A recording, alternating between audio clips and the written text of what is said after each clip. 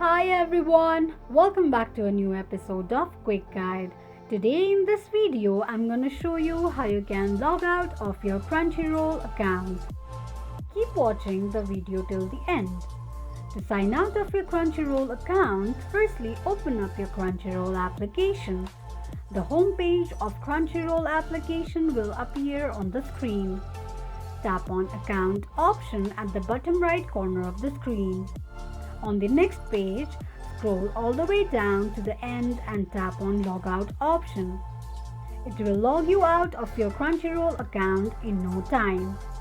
This is how you can log out of your Crunchyroll account quickly and easily just in few steps. If you have any thoughts or queries, let us know in the comment section. Don't forget to subscribe to our channel. Also press the notification bell icon so that YouTube will notify you whenever we post a new video. I hope this video was helpful to you. Thank you so much for watching.